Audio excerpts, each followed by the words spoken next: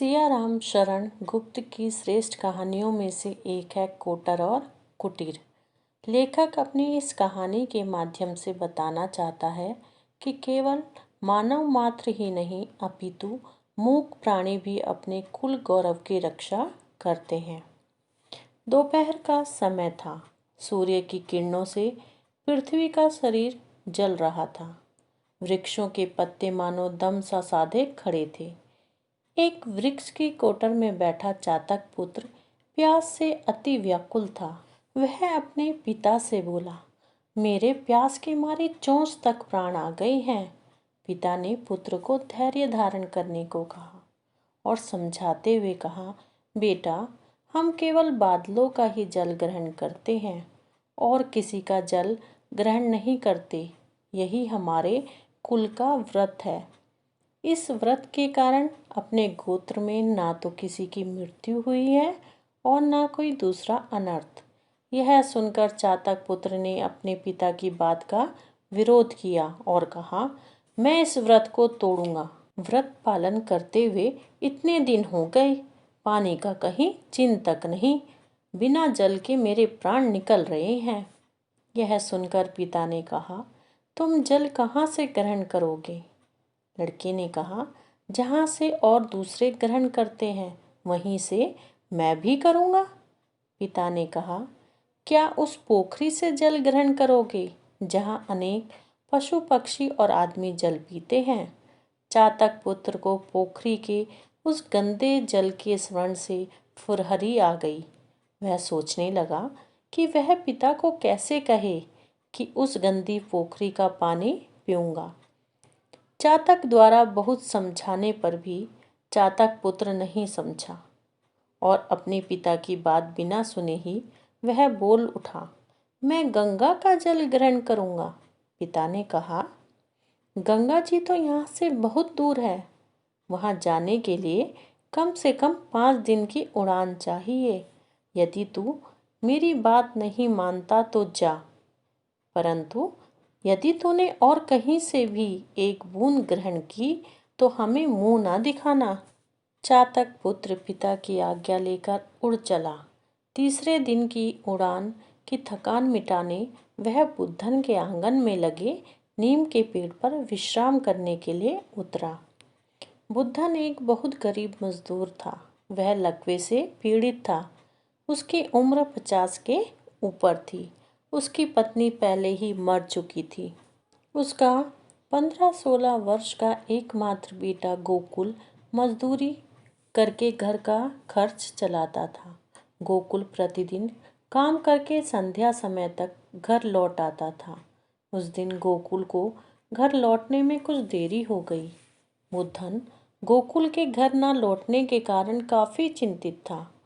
काफ़ी इंतजार करने के बाद गोकुल घर लौटकर आया और पिता के पास आकर रोने लगा। पिता के पूछने पर उसने बताया कि आज ओवरसियर ने मजदूरी देने से साफ मना कर दिया और पैसे के अभाव के कारण आज घर में खाना नहीं बनेगा। पिता ने जब घर देर से आने का कारण पूछा तो गोकुल ने बताया कि घर लौटते समय उसे रास्ते में एक बटुआ पड़ा हुआ मिला। उसमें काफ़ी पैसे थे। बटुए के मालिक को ढूंढने लगा। तभी दूर जाती हुई उसे एक गाड़ी दिखाई दी। उसमें एक महतो बैठा था। वह उस गाड़ी की ओर दौड़ा और आधे घंटे के परिश्रम के बाद उस गाड़ी के पास पहुंच गया। उसने उस गाड़ी में बैठे महतो से पूछा कि आपका हो तो नहीं गया? महतो ने जेब पर हाथ रखा तो वह सन्न रह गया। गोकुल से महतो की यह अवस्था देखी ना गई और उसने वह बटुआ महतो को लौटा दिया। महतो ने रुपये गिने, रुपये पूरे थे। उसने बटुए में से 2 रुपये निकालकर गोकुल को इनाम के रूप में देने चाहे, पर गोकुल ने इनाम के रुपये लेने से साफ मना करते हुए कहा, मेरे पिताजी ने किसी से भीख लेने के लिए मना किया है। मैं मुफ्त के रुपये नहीं लूँगा। गोकुल की बातें सुनकर बुद्धन की आंखों से आंसू बहने लगे। उसे अपने पुत्र की ईमानदारी पर गर्व हुआ और उसे लगा कि आज उसके निर्जीव शरीर में प्राणों का संचार हो गया।